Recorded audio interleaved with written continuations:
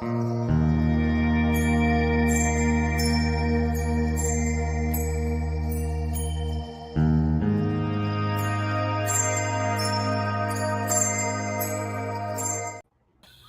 evening and welcome to the Psychic Coffee Shop. I'm Aeson Knight and I'm sitting down to talk about a happy move with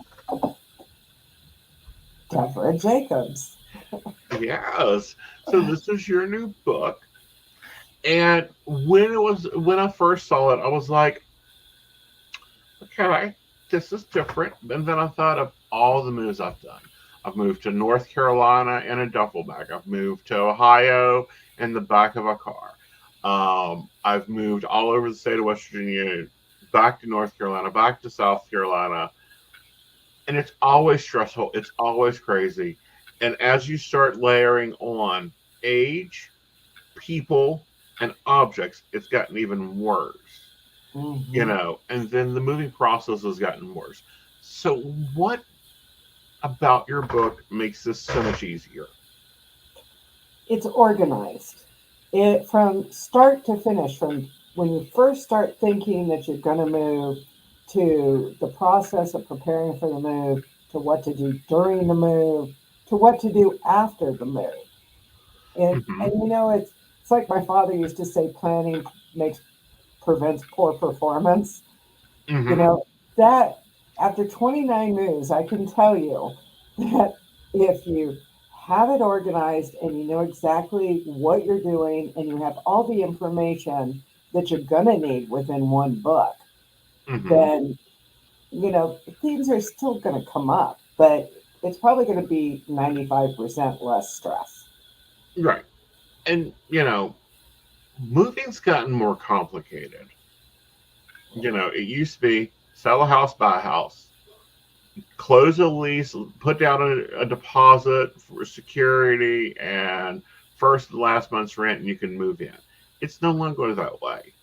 You can't just pick up and go anymore, can you? No. You could try, but if you read the stories in my book, you're probably going to do a lot of those yourself. Mm-hmm. It's sort of like the good, the bad, and the ugly. Mm-hmm. I think that the whole process of moving, like you said, it used to be, okay, I'm going to hire a mover. And there were Right. three main movers you could choose from. Right. Now there's 40 main movers and another 150 scam movers. So, unless Right. you really know what you're doing and have a really good plan in Mm-hmm. place, even doing a DIY move, there are reputable, good truck rental companies, there are reputable, good pod companies. And if you know who these people are, and I've got a whole section at the back of the book with resources, Mm-hmm. uh, then you've got a plan in place. And I Right. have moved to North Carolina many times, 3 times. Weirdest move I've ever made, honey. I literally packed up one night and said, I'm done.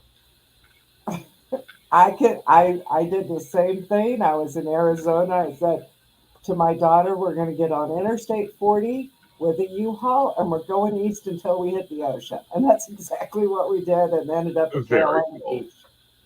Yeah. And that's the type of moves that I am used to. But anymore, 6 years, it's been 6 years since, my partner moved in, and it was like, okay, we got to get a U-Haul. You have to deal with the tolls, the gassing up, the loading, the unloading. And I said, never again. Next time I'm hiring people. And U-Haul's like, oh yeah, we have an app for that. And I'm like, what? Can you go into that a minute with the DIY move that, even though it's a do it yourself move that you can hire, used to be, Yeah, it's like call the brothers, call the cousins, call the uncles, help me get it packed up, someone right. drive down. Now they just have a app and you can go through and pick people. And several of the companies are offering that. U-Haul, Pack Rat. Mm-hmm. They're good companies, and what they do is each of their franchises hired local help for it. Right. Now, I've done several DIY moves, Mm-hmm. and I've never actually had that experience of hiring their people. Um, but what I have done is planned ahead for when I'm going to get there. And there are other Mm-hmm. companies like Two Men in a Truck, which you can get two men without a truck Right. to come to your truck. And there's springing up all over the place. They're called military movers. Okay. And so I just, if you've got all your plans in place, then you Mm-hmm. know, okay, on such and such a date around this time, I will be Mm-hmm. arriving and I'll need three people. Right. And the ones that you get through the apps through the legitimate companies are going to be Mm-hmm. good people. You Right. know, I avoid things like Craigslist, help. You know, I don't like Craigslist in general because that's just like Scammer City at this point. It's really bad for rentals. Right. Really, really bad for rentals. So, well, let's say you get the idea you're going to move. What's your first step there? The first thing I do is figure out okay where I'm going to move, Mm-hmm. and then make the decision on am I going to use a professional mover or am I going to do a DIY move? And then Okay. if I decide I'm going to do a DIY move, I figure out what size truck I'm going to need, and I Mm-hmm. take those measurements. And people laugh at me when I tell them this, but this is a great tip. You tape off an area in your house, like in a living room, the Mm-hmm. size of the truck. So when Mm-hmm. you're packing into that area, and you Okay. know what's not going to end up on that truck. Mm-hmm. The next step, I think, is one of the most important. Start purging anything you don't want or Mm-hmm. you don't really like. The old recliner chair that's seen better days. Donate Mm-hmm. it. Don't try to move it. I mean, if you do a professional move, everything's by weight. Right. So why haul stuff with you? I've done this. Why Mm-hmm. haul stuff with you that when you get to the other end, you don't know if it's going to fit in the place you end up renting, or Mm-hmm. it's grandma's old ugly vase that you might as well call somebody in the family and give it to them. Don't move it, Right. but Especially that, if you're just going to stick it underneath your kitchen sink where it's been for 20 years. yeah, or in the closet on a shelf, Right.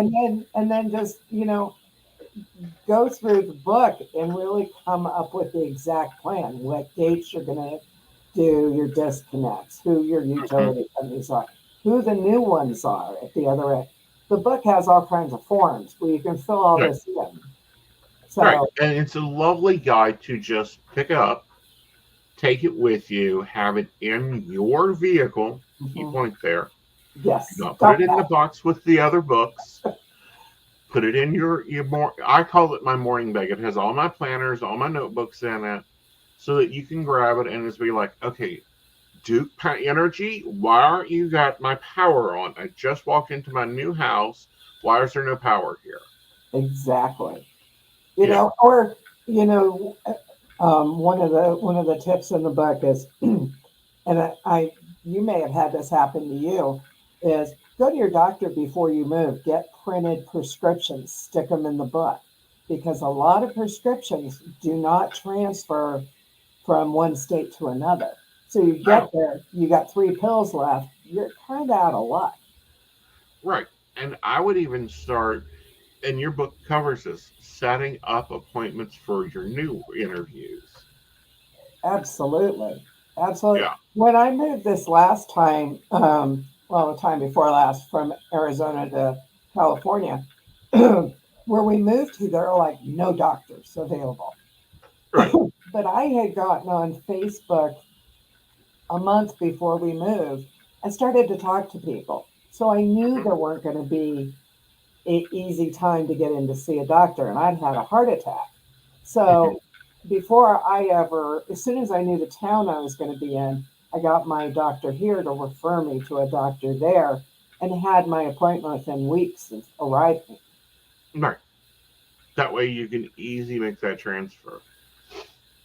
What is the most effortless move you've ever been able to make? And how did you make that happen? That's a question nobody's asked me. I would say probably the most effortless was within the state from Mm-hmm. two different towns, from Sedona to Prescott, Arizona. And I actually had hired two men in a truck. I knew I wanted a professional mover, but I didn't want to pay the prices of the big boys. Right. And these guys were amazing. I always packed myself because, frankly, Mm-hmm. I pack better than any of the professional guys do. Right. But I had everything packed. They showed up within an hour of when they said they were going to show up, which never Right. happens. They covered all my floors. Nothing got scratched. Everything went into the truck. They delivered it. The guys were like, oh, we did it in an hour less time, so we're charging you less. Who does that anymore? I know. Right. You know, I had all my boxes perfectly labeled. So when we got Mm-hmm. there, I do, you hear people talk about go bags or like Mm-hmm. your go bag. Right. I talk about having a go box that's Mm-hmm. marked all over it Go Box. And when Mm-hmm. you get there, you grab that box, you got your coffee maker, your coffee cup, everything for that first night or morning. So Right. then you can take your time unpacking everything else. That move was amazing from start to Mm-hmm. finish. Right. Now, what about military? You talk a lot about military moves in your book. Well, What if you makes think them so about it, complicated? they move more than most of anybody, right? Right. The what makes it complicated if is a lot of people, especially low ranking, don't know Mm-hmm. what they can and can't do. And the Right. military has tons of resources, which are all listed in my book. Mm-hmm. Uh, but for the moves, like I went to Korea on what they call non-sponsored. Right. They there were no spouses allowed, so I had to go on a tourist visa Right. with a 2 year old. Oh, fun. And, I didn't plan for it. I was very young and I was very Mm-hmm. stupid. And I didn't do anything that I say to do in the book, like find out ahead of time that they don't sell diapers. Well, at least they didn't sell diapers back in Mm-hmm. 1982. So I arrived with a 2 year old with four diapers in a bag and no way to buy any. Mm-hmm. So you do your research when you're, especially when you're doing international moves. I Right. didn't I didn't stop to think it might be a good idea to learn the language before I go. And Right. the little village I ended up in, nobody spoke English. Mm-hmm. My 2 year old That actually, must have been really hard for you.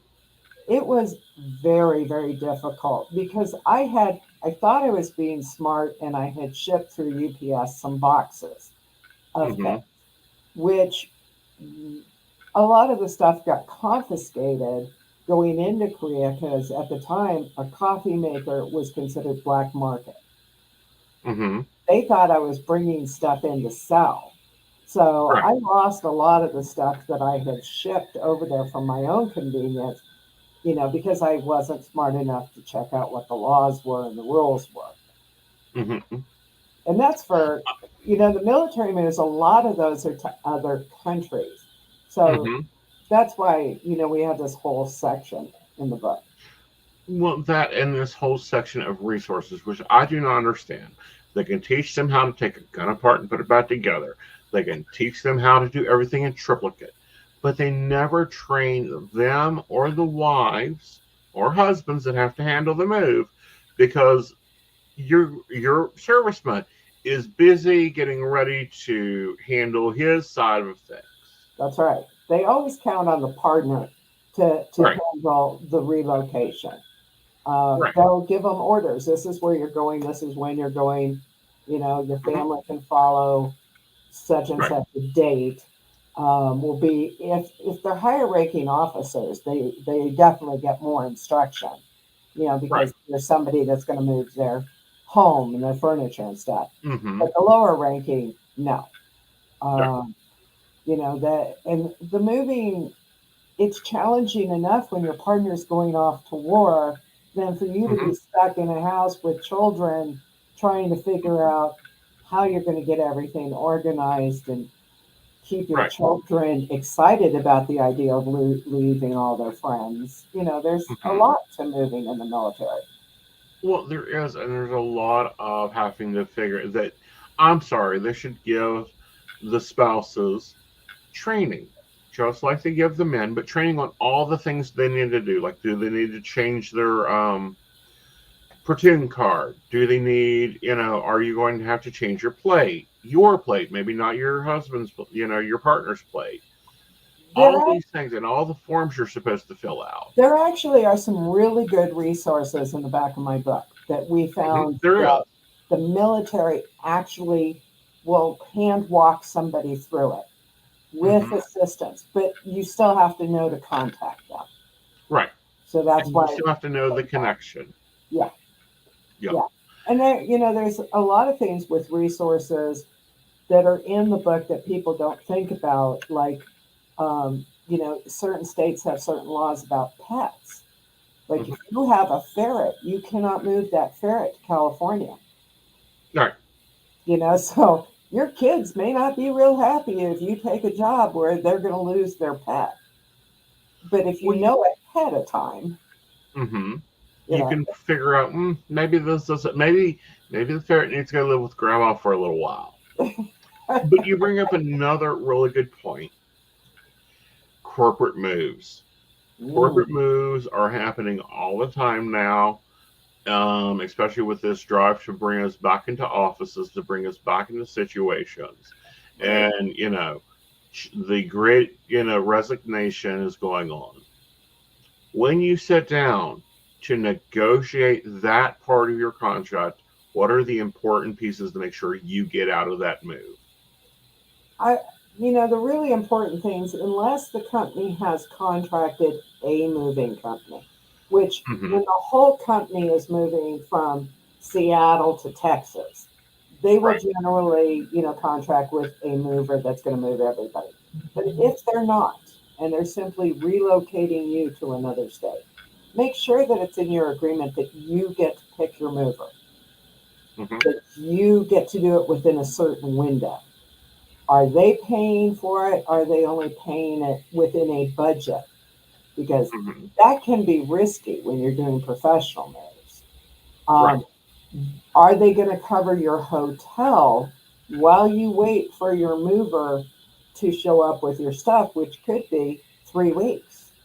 Hmm. So all of the details, even in the moving contracts, the details are what will snag you up. Read that little fine print. Hmm. It's hugely, hugely important. Right. And I would think it's hugely important to negotiate like rates that, your disconnects and your reconnect pay, how much are they going to pay towards that? Absolutely. You know. And if you're going to do a DIY move, are they going to cover not only the truck rental, which I had somebody tell me that they covered the truck rental. She was all Hmm. excited. They're covering the truck rental and the pull track trailer for her car. I said, great. Are they paying for the gas? Now this was like 8 months ago when gas was 5.80 Hmm. a gallon.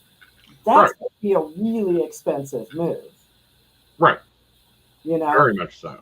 she didn't even think about that. So that's a breakdown that's also in the book of all of your budget for a DIY move.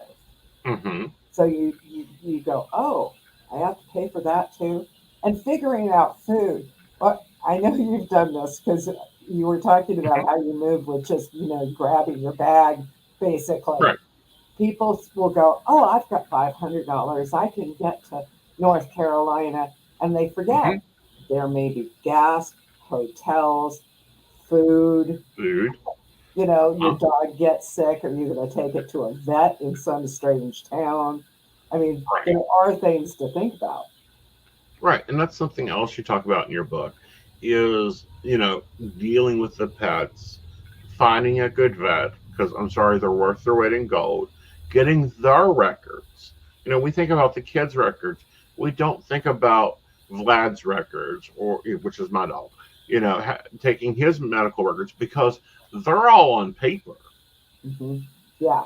And you want this all printed out. I talk about carrying like a binder or something that you can keep, your pet records, your kids' records, your medical records, you know, Mm-hmm. um, everything within one place that stays with you in your Mm-hmm. suitcase, with your book. So Right. everything's together. With pets, it's even more important because there are not only some states that won't allow certain kinds of pets, but there are certain states that you have to have certain vaccines prior to bringing your pet into their state. Mm-hmm. And they can stop you at, there are still states that have, you know, guards out there that'll stop you to see if you have plants or whatever. They will also check for your pet's vaccination record. They can take your pet and put it in their care until you go find out. So if you have everything with you, you're avoiding Right. issues. And something that occurs in every move, and people do it, and I really wish they wouldn't, but they do it anyhow. Is they pack up all their food. Their flour, their sugar, they'll make coolers and put all their other food in. But when you go from one state to another state, some states don't allow you to bring that food down or up, or plants. You brought Mhm. those up. And yeah, they'll stop you. And, we hear stories of people in van life that had to throw out their whole refrigerator because they went from, I believe it's like New Mexico to one of the states bordering it. And like, you're not allowed to bring food across the border because it's not a certain situation. Well, Ham some and of that, milk. yeah, going from Texas to Oklahoma, I don't know if it's the case now, but if you were moving and you had packed flour, you weren't allowed to bring it in because you could bring weevils into their state. Mm-hmm. There, Right. and that's in our resources too. It's broken down by state. You could go to each state and see exactly what they allow, what they don't. California is really sticky about bringing plants in. I had to Right. open my U-Haul and they took half of my plants Right. because I wasn't smart enough to. I just didn't know. It's not even smart enough. I think a But no lot one of tells stuff you this you stuff. don't think about it. Yeah, you just go, oh, I think I'm going to move here. The other thing Mm-hmm. people don't think about is what can happen in a Mm-hmm. move where maybe your stuff is going to be sitting someplace for a long time. I arrived in North Carolina the night before 9/11. Oh, I, goodness. I didn't see any of my stuff for 6 to 8 weeks. Wow. That's a lot. And because we were so close to a nuclear power plant, none of the stores were open. So you couldn't even go rent furniture or rent a TV. Mm-hmm. I learned really quickly when I'm moving on a DIY move, I pack my car with my computer and my TV set Yeah. and bedding. Mm-hmm. I want to make sure And I always like to throw an air mattress in there now. when we moved here, we knew at the time trying to get from California anywhere, everybody was fleeing the state en masse. And so, Right. yeah, we had 3 air mattresses, fold out chairs, and it took Mm-hmm. almost 3 weeks for us to get our stuff. Wow. And you don't want And to stay in a hotel when you've got 2 dogs, a chameleon, and a cat. right. How bad was it to move with the chameleon? Like, did you have a lot of problems coming out of California with the chameleon? It was very interesting with the chameleon. My daughter is actually the chameleon owner, and she got Mm-hmm. on a site that she's a member of called Chameleon Forum. And it, it turns out you can basically put them in a box for like 3 days. They go to sleep. Ah, You don't have okay. to feed them, give them water, or anything. That was the easiest pet we've ever moved. Wow. We had the going back to the pets, and the reason to think about your pets is when we moved from North Carolina to Arizona the last time, we had a cat we'd never put in a car, and we had 2 cars. My daughter was driving with the cat in her car behind me, and I start getting text messages saying, to pull off. She pulls off, and this McDonald's gets out, puts the cat, and this story's in the book, puts the cat on the ground and says, either you're taking the cat who has been screaming for 4 hours, or it's going to live at McDonald's. We could have gotten it tranquilizers if we had thought about it. Right. You know, And so that think about your helps. pets. Right. Take them I for don't know. You might drives. want to get tranquilizer for the people also in some moves.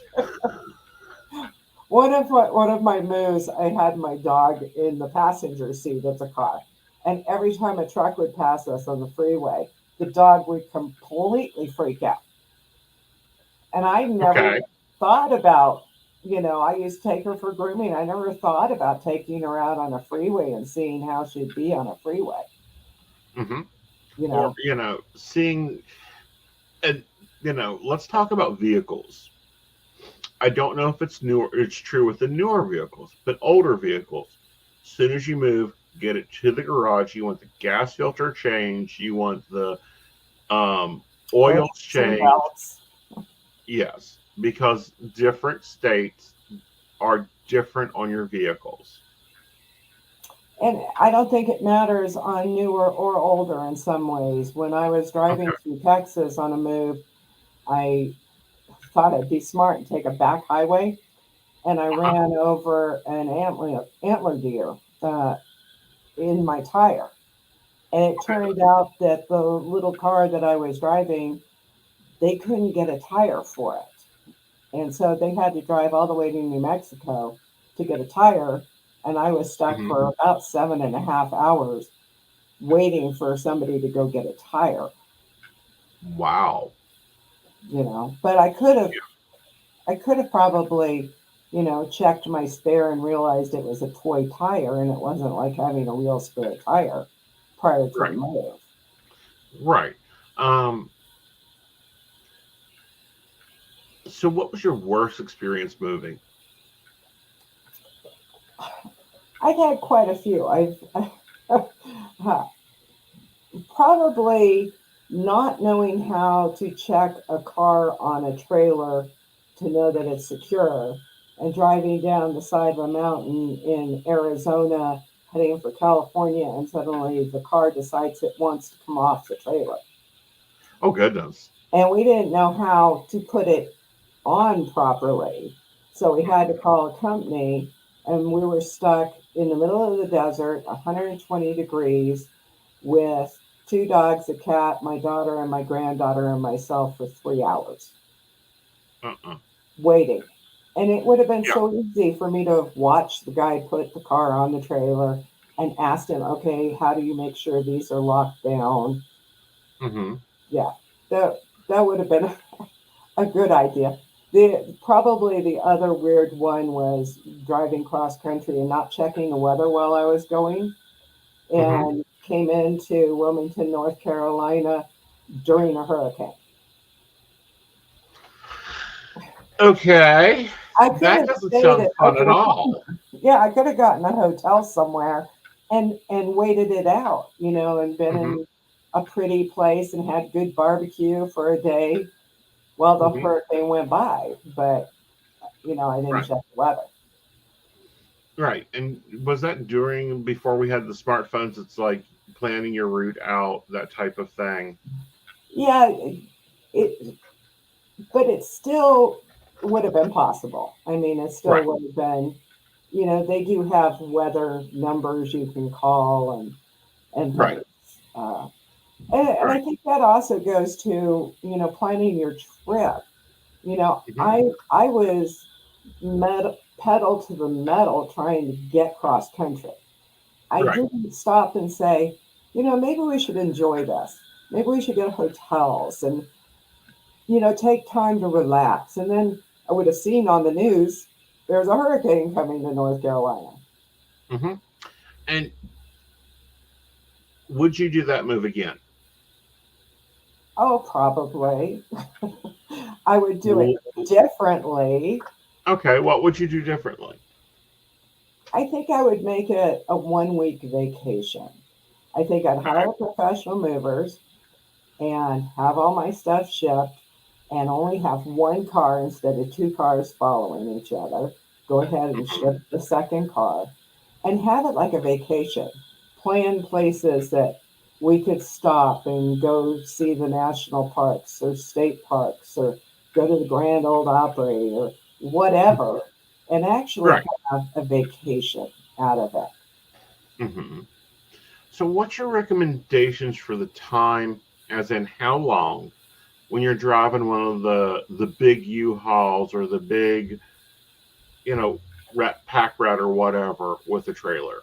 I am Because so that glad tires people out. I'm so glad you asked us because people have a tendency to overdrive when they're Hmm. moving. They just want to get there.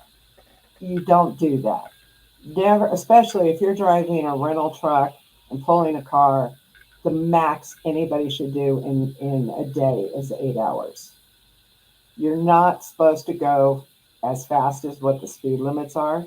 And it really is dangerous if you go over the 55 miles an hour or 60, whatever the truck rental company says. And once you start getting tired, you get off the road. It's very easy to make a mistake in a vehicle Right. like that.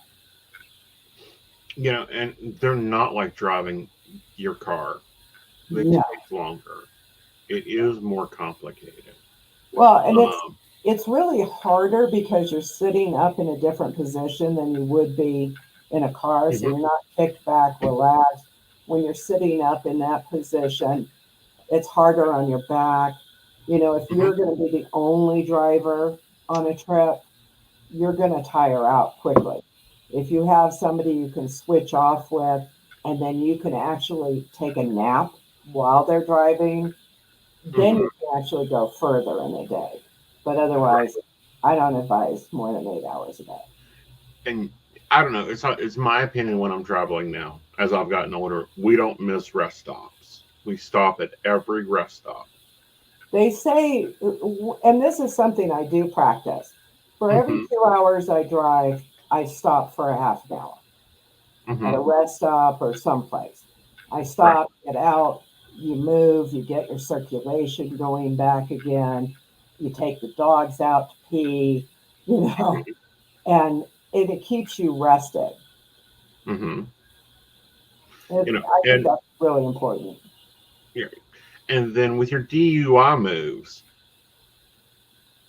I didn't think it made a difference up until the moving the last partner, getting real moving boxes. That's a huge difference, and for a lot of reasons. When you go get the free boxes at the grocery store, Hmm. um, one, you could be bringing bugs with you. Hmm. You don't really want in your stuff. If you buy brand new boxes, you don't have to do that. Hmm. You end up, when you buy brand new boxes, they're uniform. So when you go to stack them in the truck, you Hmm. have this perfectly managed wall instead Right. of a jigsaw puzzle that you're hoping Right. is going to stay in place or Hmm. things aren't going to get crushed. Hmm. And knowing how to pack those boxes properly so you're not putting 48 books in a box that you can't lift. And when you go to move it with the dolly, it's going to break. Hmm. So there are proper ways. That's why I talk on the YouTube videos about how to pack properly. And where can I find you at? It's A Happy Move book is what it is on YouTube. But you can access all of it from our website, ahappymove.com. All right. And you've got some contests going on right now. What's it? Tell us We about have, that. we have a great contest going on. You can win a box full of everything you need, like box cutter, bubble wrap, paper, all kinds of moving stuff, labels for boxes. There's a basket full of all kinds of fragrancy type of things so you can relax your first night when you get there. Hmm. Books by a publisher, so you got something to read while you're waiting. U-Haul has actually donated two $100 gift certificates that can be Wow. used at, yeah, I mean, there's all kinds of prizes, and that they can access through the website as well. Hmm. So after they get to the residence, what after, because packing is not going to happen in a day. Unpacking is not going to happen in a day. Right. What is the first few out of the house things they need to do? Find their go box. Mm-hmm. That's and if they've marked things correctly, and I always say mark the top and mark the side, because if all your boxes are stacked and all you've done is mark the tops, you're going to Mm-hmm. have to move boxes to figure out what's in everything. But you go find your boxes that are essential. Like I'll have bath essentials. So Mm-hmm. I know when I get there, that's got my bath towels, it's got the shampoo, it's got the soap, and I can relax and take a bath. Mm-hmm. The Go box has your coffee cup, silverware. Um, Mm-hmm. and if you do it properly, even with your bedrooms, let's say you have kids and you have, three bedrooms. You can put bedroom one clothes, bedroom two toys, bedroom three books. All right. And so when the movers move your stuff in, you make them because they're required to. You make them put the boxes in the rooms they're going to go to. Very cool. Makes Yeah, it and they're not very dropping it easy. at the door. Yeah. Yeah. And they'll try to. Yeah. They'll try to say, well, they can't read the writing. That's why you should print your labels, in my opinion. Yes. Um, and then I also think inventorying the things in the boxes. Do that to an extent. Okay. I I come up with, especially if I have professional movers that I haven't used before. If Mhm. let's say I have my computer and stuff in a box that I'm going to ship, I don't put Mhm. computer. Right. I put like rock collection because I don't want somebody stealing my computer. Right. Really, your flat screen TV is the only thing you can't hide. Hmm. Uh, but like if it's grandma's crystal, you don't want to put grandma's crystal on it. Somebody's going to go, oh, that's probably valuable. And Right. things do disappear Hmm. in those. So you want to be, come up with your own sheet Right. and what you really want something to be called. Right. Or if you're just doing box 23, and then in your moving book have office supplies, decks of tarot, Yeah. you know, this, that, and another. I think that's better than labeling the box what's in the box. I will always label them like bedroom or living room because I want the boxes to end up in the right rooms. I mean, Hmm. I'm 67 years old. I don't want to be hauling boxes around. That's Exactly. hard. Right. But as far as what's in those boxes, like it may say bedroom kids' clothes, and it Hmm. may actually in those kids' clothes have my stereo. Hmm. Very cool. Very cool. All right. After 29 moves, are you done?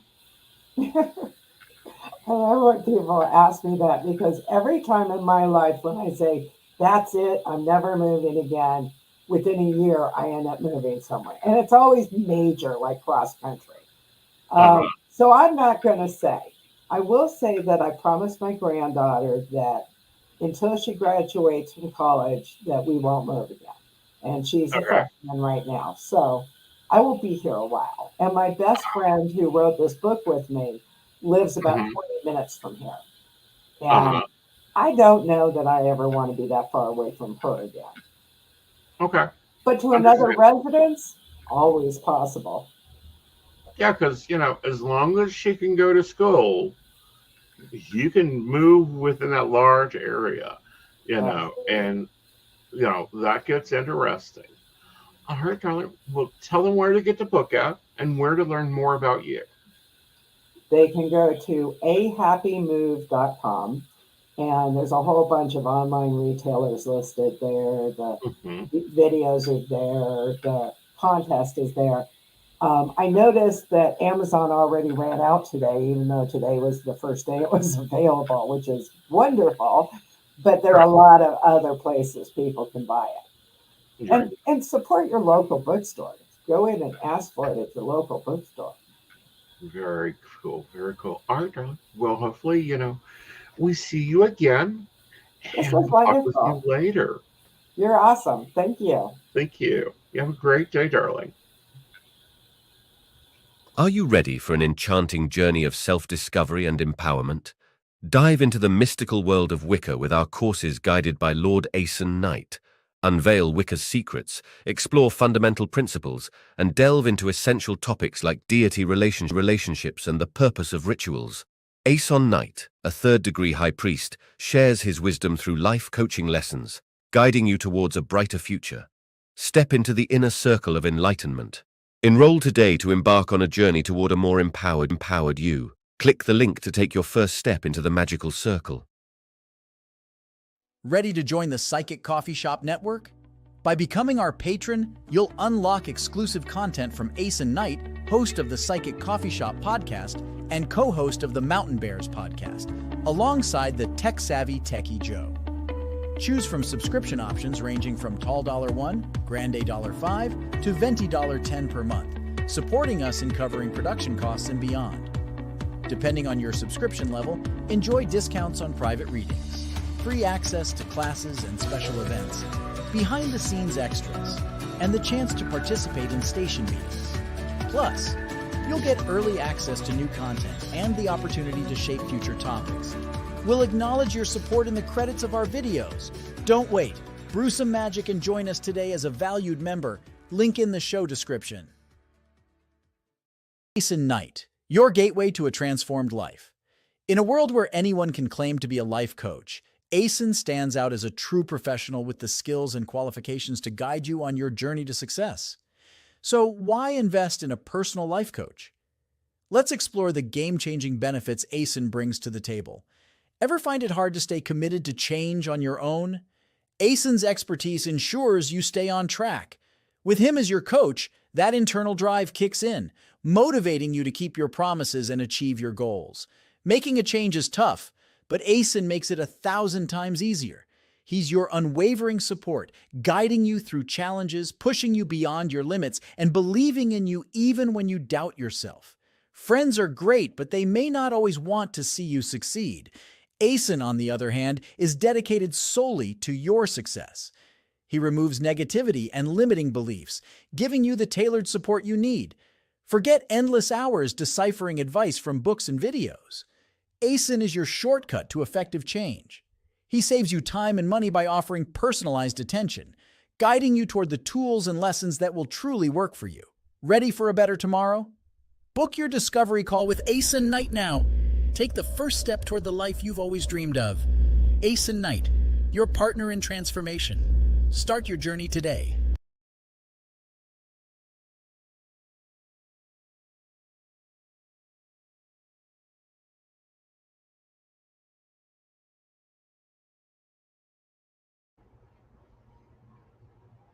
Hello.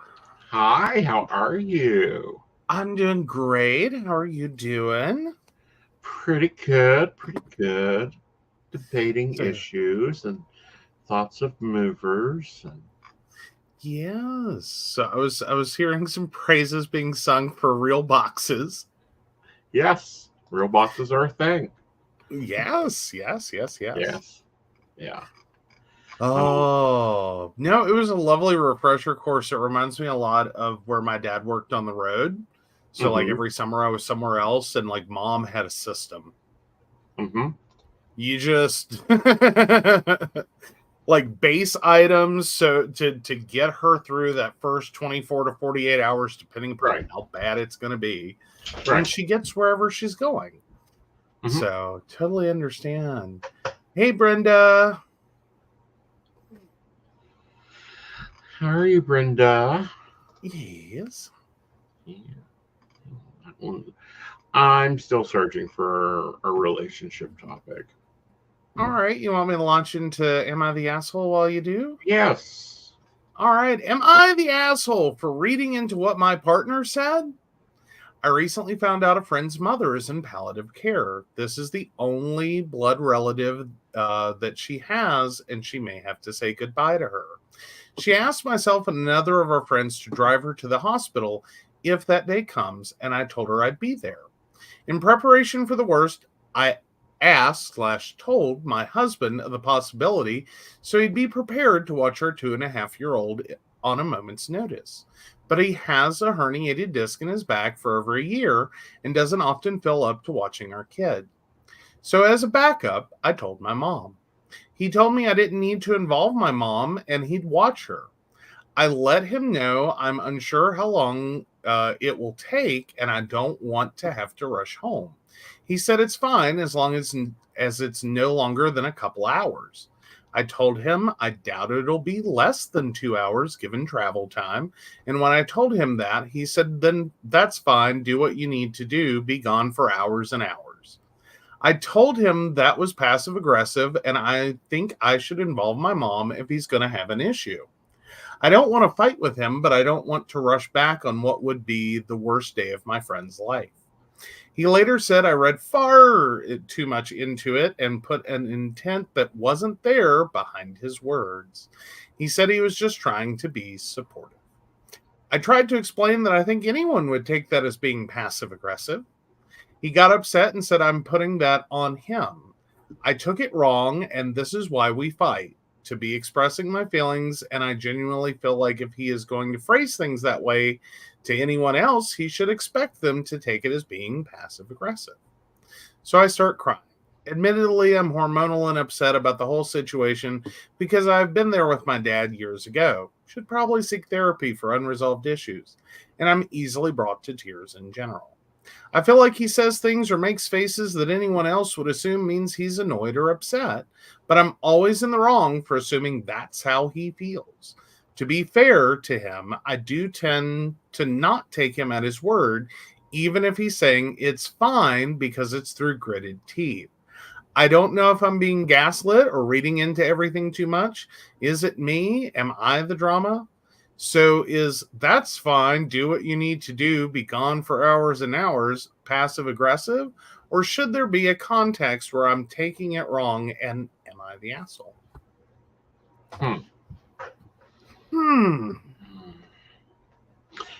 And here's because it's a mixed dichotomy. Because herniated discs can be problematic. The reason you can't deal with his facial features or read into how he's saying something is because you don't know if, suddenly he's saying that's fine, but at the same time, a lightning bolt is shooting down his leg.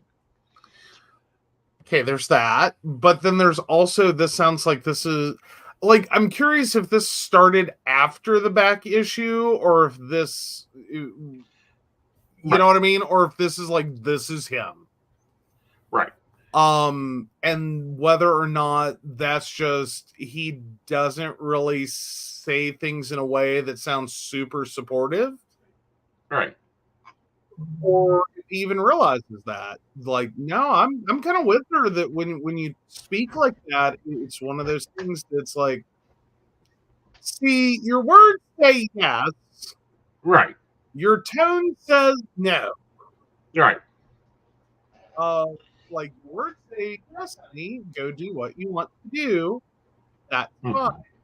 Your tone says, get bent if you think I'm letting you do that. Right. And that can be problematic. The other part of this that I find problematic is he is a year into this. And he's not figured out how to have a child stand up on a chair. Or, crawl up or sit down to get to the child's level and how to get out of the floor. Like, I have many issues here, but I think those issues are because I understand his world. But y'all got to see me with kids all the time. They come up to my level. Mm-hmm. I don't go down to theirs. I think for a year into a herniated disc, which I understand is painful. I'm not going to argue that. Right. But I don't want to sound rude. It's just after rupturing a disc in my neck, herniating a disc, like, I lived my life and kept going. Yes, I was in pain. No, I was not happy. Yes, my temper was short. Yes, I'm sure that more than once I have, through gritted teeth, said things like, That's fine. You know, because it's like not about you. It's I'm in so much pain right now. I don't really care, to be honest. I don't really care. Do whatever. I don't care. Just whatever. But at the same time, I can recognize that a 2.5-year-old can be exhausting. You're right. But I'm thinking at some point, like, either you know that and you can work around that. Right. Or you know that and you can't work around it, and like, yes, let your mother take the child while you're gone doing that. Like, Exactly. I will take them over, your mom can have a great time with them. You know, like, thank you for thinking about my back. Right. Or, I can take them but have mom on standby. Yeah. Well, or, just like, I'll call your mother when you have to leave, and she can come over and do that, and it'll be great. Right. Thank you. I feel like there's a lot of missing pieces. I think she's starting to stumble into this isn't just her taking it wrong, Right. as much as she's taking it sort of how it's being said, maybe not how it's meant. Right. Or potentially how it is meant, but in that context of, I'm not going to tell you what to do. I'm just going to make it really obvious what you ought to be doing. Right. And in this case, it's not that. Right. Which is really confusing if you're not used to, if you didn't grow up, if you don't have a lot of experience with that whole, I'm saying one set of words, I'm saying them in a way, or I'm choosing the order that they occur in, or the tone they're said with, so that you know that you fucked up. But when you call me on it, I'm not going to admit that's what I wanted you to hear, even though it's exactly what I wanted you to hear. Because I don't want to be the bad guy. I didn't tell you couldn't go be supportive of your friend. I just made it sound like you were going out to cheat on me.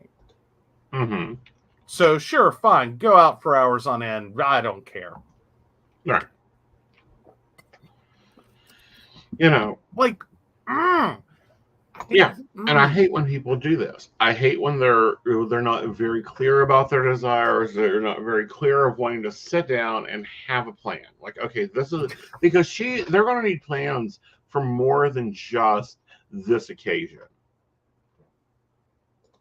Oh yeah. Yeah. Hey Shannon. Brenda reminded Shannon it was Tuesday. Brenda always gets in trouble for my tone. So even when I'm not upset, mad, sad, etc., instead of resting bitch face, I have resting bitch tone. Understandable. We've had issues with my tone before. It's like, sometimes there's also more to the situation from OP's side as well. Is like, did you grow up in abuse? Are you, because you're saying you're generally quick to tears. You seem really caught on the tone here. And so I'm like, did you, so to speak, recreate your childhood in at least tone, whether there's intent there or not, but at least tone of your childhood, in your husband, because sometimes that can happen too.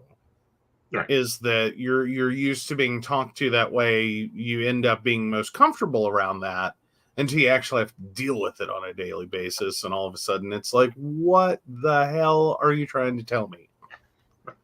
All right, so the poll is up. Yes, they're an asshole for going to take care of their father. I mean, their friend's dying relative. No, everyone is shitty here, or damn, you're in a deal pickle. Oh, there you go. All right, so moving on to dating advice. Setting new standards. Was seeing a guy for about 3 months and everything was perfect until he texted me out of the blue and ended things. Never saw him again and he never responded, so I haven't had any closure. It's been about a year and there are things I saw in him that I never even thought about before, and I find myself comparing everyone I meet to him. I know I didn't see all of him and I was only seeing the good, and that's why it feels so much harder to let go. But he truly did seem so perfect and more. And I'm finding it so difficult to move past the person he was, on top of having no closure. Any advice on moving past old people, stop comparing, setting new standards? It's been like a year at this point, and I've gone on tons of dates, been really open, and I'm really struggling. Stop it. You're not ready to date yet. Yeah, I think you got to figure out your own closure here. Right. First of all, you got your closure. Okay, there's no debating it. You got your closure. This isn't working. I'm no longer going to see you. Boom. Door closed. You've got closure. Now it's time for you to process out. As far as setting new standards, it sounds like you need new standards. I think for OP, the closure wasn't closure. Right. Like, this is over. We're done. I'm not going to see you again. Goodbye. Right. I appreciate that someone at least took the time in the age of ghosting to say, Right. look, this isn't working out. We're not seeing each other anymore. That doesn't mean, as the recipient of that like you were ready for that you saw that Right. coming, that you are not filled with questions about why it happened, and like this whole, like, did I do something wrong? Is it me? What's the deal? But I think that OP didn't really take time to like do that inventory. Mm-hmm. I don't mean wallow there. Don't wallow there in the place of like, it's all my fault. I'm a horrible person. That's why they left. You don't live there. You just go through, okay, like, what was that about? And you try to figure out if there is something worth changing about yourself that you think might have contributed. Right. And then you do have to go, okay, well, that's what happened. And we're moving forward now. Right. Now I don't have a problem with anyone taking aspects, and I think we all should, of the people that we've dated and go, I really like that about them. I really like that in relationships. I really like having that said to me. I really like, whatever. Make a lovely list of it. These are the components you're looking for in your next. Right. So comparing isn't really the same thing. No. Like, these are qualities you want, which are great, and sometimes you find all of them, sometimes you find some of them. Right. But it's not about comparing. Right. Like, you really have to realize that if you're going to go back out into dating, comparison isn't a thing that you can reasonably do while trying to honestly date this person, because mentally you're still trying to date the previous person, and that's just not going to happen. Exactly. That's why I don't believe they're ready to date. Right. Oh, and I'm there with that. I don't feel like they've done the work, and they're still looking at the person and not the action. They're still looking at, like, well, he always brought me coffee when I woke up. And he was always so loving and caring. Well, that's nice. That was him. Your new partner can't make coffee, doesn't drink coffee. I wouldn't date him, but, maybe you decide to be adventurous. You need to make those decisions. You really need to look at the action or behavior, what emotion it brought you, and look for that emotion again. Now, with it being a 3-month dating situation, Yeah. That on the other hand, you're still reeling from the withdrawal of the new relationship energy. Yeah, because that's when everyone seems perfect. Exactly. They're not perfect. He apparently isn't perfect for one, not being able to have a conversation with you and go, look, this isn't working for me because you seem to be a little obsessive and underneath my skin, and you're a little too nosy for my liking. Oh, do we find more comments? No, it's just me. Looking at my history and going, I want a companion. If I wanted a puppy, I would be dating a puppy. I don't need a puppy. I have 2. I hope you're talking about Gizmo or Vlad, or this is going to be a very horrible post show. Yes, I'm talking about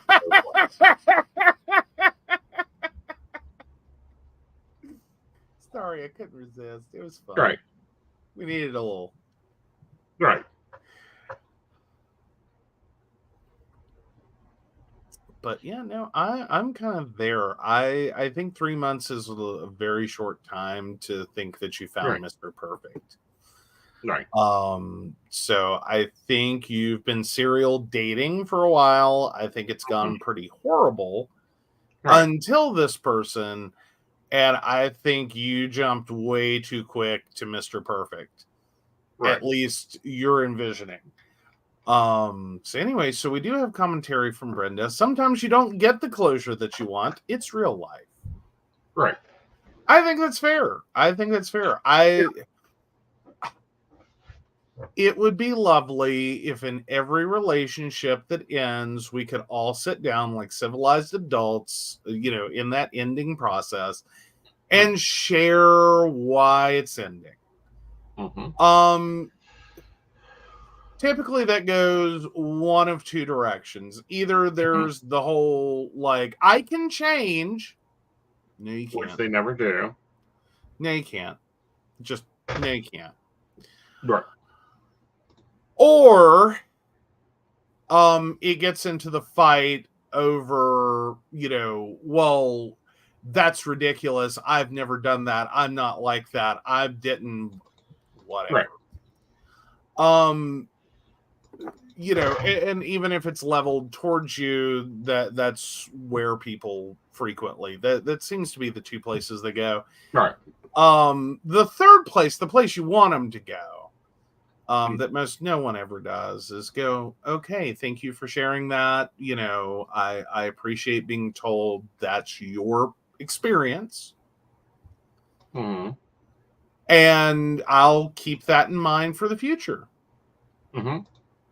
Which is where you'd like it to go.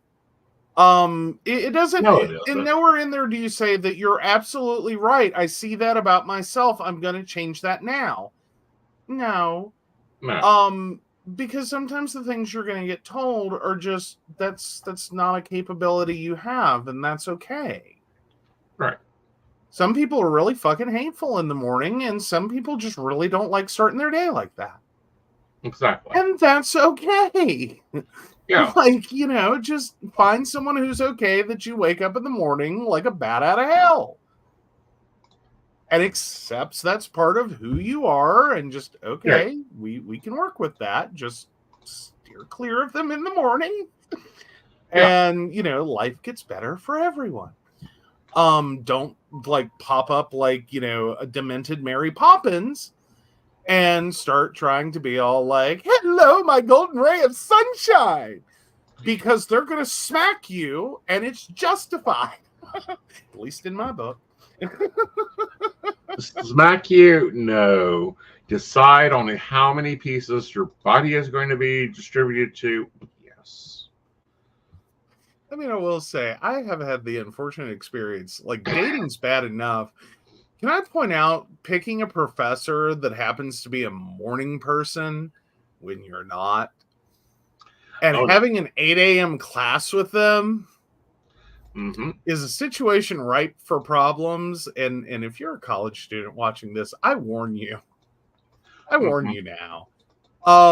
If that situation occurs, please, by every possible way, if you can, get out of that class. You are not Exactly. gonna. At some point, you're gonna say something you shouldn't, Right. because the force is weak first thing in the morning if you're not a morning person, and sometimes things just pop out. Well, not only that, but it's important to have coexisting lifestyles. What I mean by that is I do $1,000,000 mornings. I don't want to be bothered. And my morning is not everyone else's morning. I get that. I love that. But if someone walks up to me during my morning and do that little ray of sunshine thing, you're dead.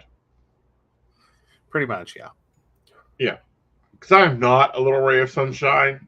I'm not even a dark cloud. I am hell on wheels. Well, if all four wheels are broken.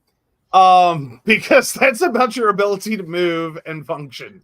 It's like hell on wheels if all four wheels were broken and not happy about it. It's basically the general sound. Yes, that's my warning before I'm going to say something that isn't nice. Like drop dead. I don't give a fuck.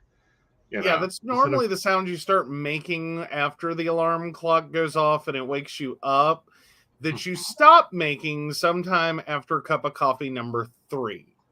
Right. It's just like this general Aeson noise. Right. I'm like, go away. And I don't know. I am not that friendly, especially before coffee. No.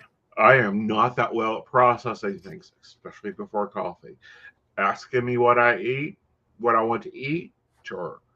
Do I want to go here or do I want to do this? It's better that I just growl instead of saying what's on my mind.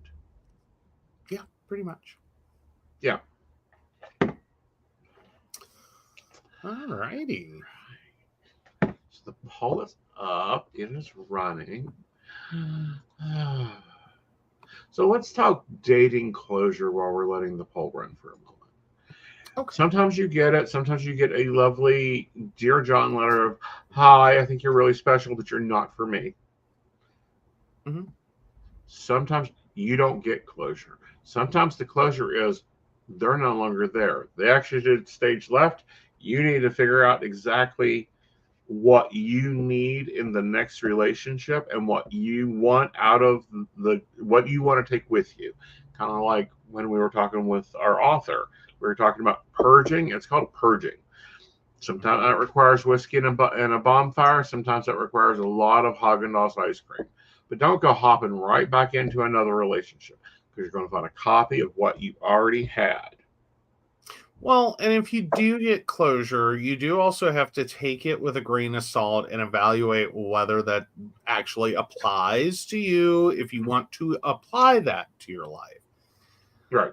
Because let's face it, you're leaving a relationship, or a relationship is ending that you were one part of. Mm-hmm. It obviously is not working out. Right. How much stock right do you want to put into the opinion of someone that you can't be in a relationship with? Right. You see what I'm saying there? Like, it's sort of like the exit interview for a bad job. Right. You know what I mean? Like, one, does anyone ever actually gain anything from that? Right. Like, does HR actually care? It's like, oh, you're leaving because we're not paying you enough. We refused your raise, and our workplace is toxic. Right. I mean, these are common reasons people leave. These are common reasons I'm sure people cite during their exit interview if they're being upfront and honest. Right. I'm sure HR managers have heard this one over and over and over. Where does it go? It doesn't improve the company. No. it's still the same company 6 months later, a year later, 5 years later, 10 years later. Like, if they change, it had nothing to do with the exit interview and what you said. Right. Because I'm sure, 10, 20, 30, 40, 50, 100, 200, 500 people have said something similar or Right. something that could be summed up that way, depending upon the size of the company. So what's the value of that closure? Does it make you feel better to sit awkwardly in the HR office and go through this? No. I don't know anyone who's done an exit interview that's like, oh yeah, that was a great experience. Really awesome. Mm-hmm. And don't think that it does well for your mental side either. Mm-mm. No, especially not if you're taking everything they say. Right. Like, this is a accurate representation of what is wrong with you. Mm-hmm. I'm not saying that there aren't valid reasons people leave. Right. And that it would be nice if you could look at someone at the end of the relationship and be like, I'm leaving you because because you have bipolar disorder and you refuse medication, and I can't stand having my life in this level of chaos. Right. Constantly. Hi, I've dated multiple people who are bipolar. But here's the problem with that. If I could honestly, openly share that with you, I probably wouldn't be leaving. Right. You know what I mean? Like, it's not going to be new information at this point, because I'm pretty sure along the way, I'm going to have said, I really need you to consider your therapy. Right. I really need you to consider the impact on your career, your or at least job, our life, and your personal health, and the person that I'm living with, or that I'm dating, that I'm spending time with, the person I'm visiting. That, hi. Hi. So it's not like this is new information. Right. Like, you didn't listen any of these other times that I said it. Why should I be required to give you closure? Exactly. Like, who you didn't value my opinion before now. And you're not valuing it now. Yeah, you're not gonna value it at this closure juncture. Right. Like, so what are we doing here? Like, you just wanted a chance to plead your case? Right. And that's what normally it comes out of it. Yeah. Right. So let's take a look at the poll. Alrighty.